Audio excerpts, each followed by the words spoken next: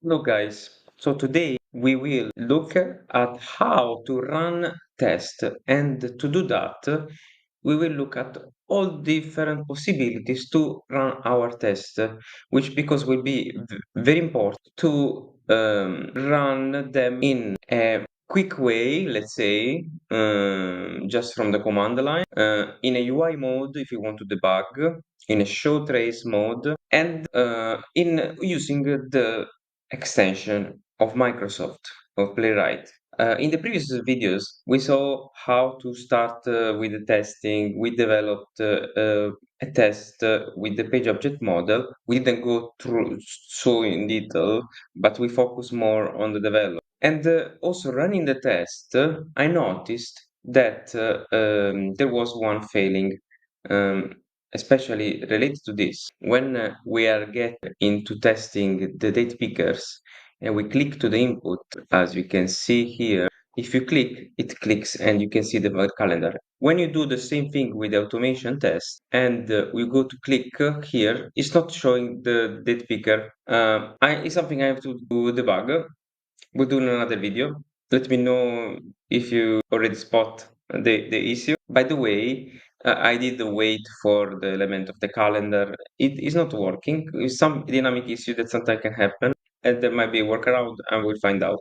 But for today, I want you to see that how to run the test. So if you want to run, for example, this test, you could do as we saw probably in another video, using the command npx playwright test. If you run this command, you will run all the tests in a location defined in the playwright config. If you go to the playwright config file and you check to the test there, we will set this to test, which means that if you run npx playwright test, it will run every test that is inside here. So if you want to run all tests, you can do this. Can be one of the ways. Another way is to specify which file you want to test. For example, so let's start with the first. So let's just run it. Now it will just run. Definitely, I'm expecting to fail because of the issue I mentioned, but you will see a outcome of the result here of all three tests. Here I've shown four because for test it is basically counting one for each of these test instances, unless you want to create a test and inside you can create the voice test step, and it creates here automatically the report because we define so in the config file. Otherwise you don't have to do that. So as you can see, we have a 3 passed and 1 failed with the reason we already mentioned. That you can see the error here. This is one of the way. Now let's say we want to run only specific test, the one that will pass, that will fail. So you can CLS to clean everything. You can write npx playwright test and the path of the test we want to run.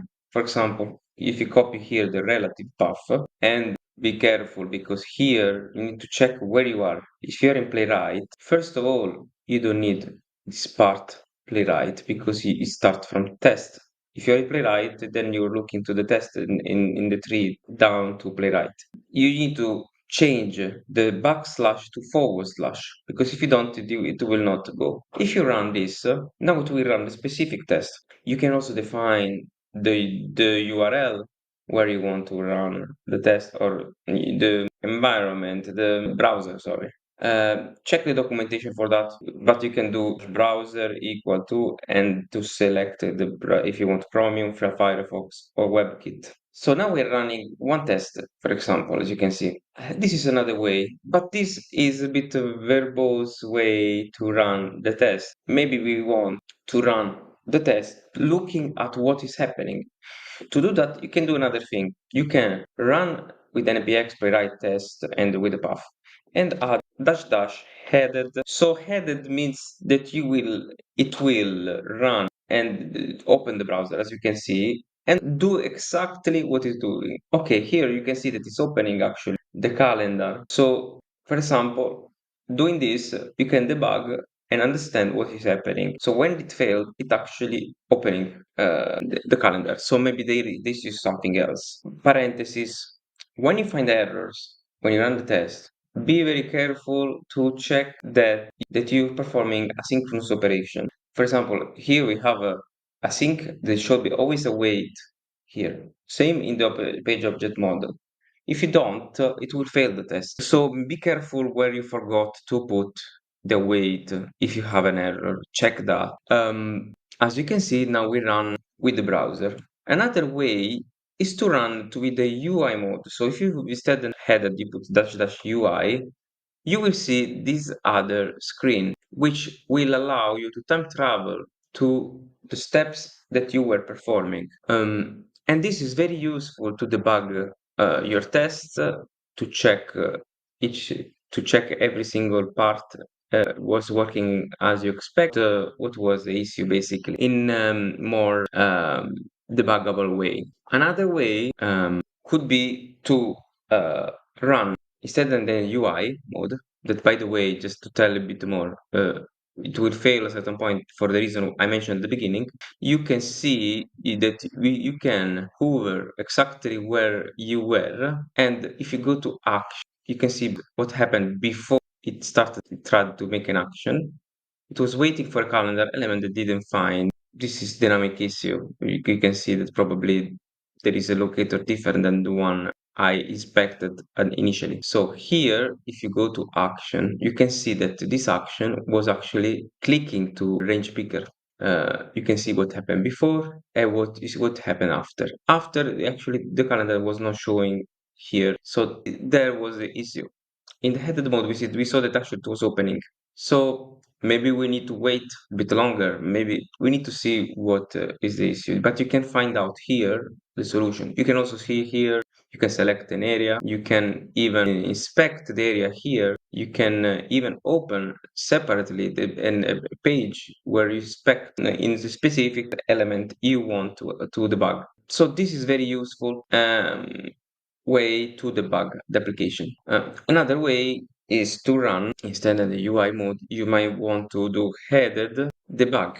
So debug. This will also make sure that when there is an error, you might get a new window which help you debug, move step forward and backward. With, as you can see here, we have the inspector.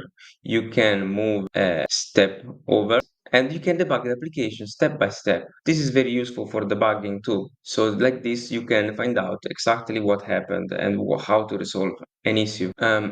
So keep in mind all these ways because this is the way automation testing can be done the best way possible. And then another way, apart of all those, is to run. If let's say that you run a set of tests, then some tests might fail. Our playwright will save a trace file. So when you hear about the trace file, that's actually what it is.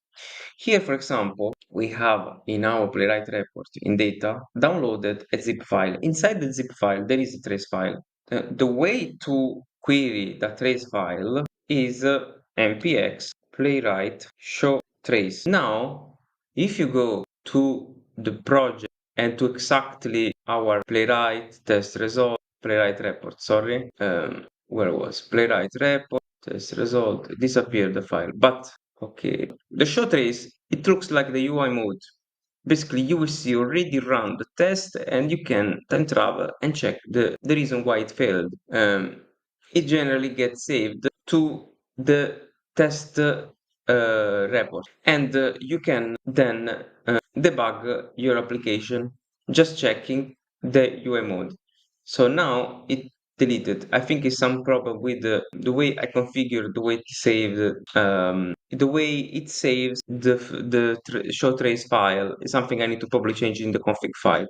But we saw already the UI mode. That's how it shows the test. So you have to do npx playwright show trace, and then you go to find the path of the file dot trace, the partial path, and you copy paste as we did for the test.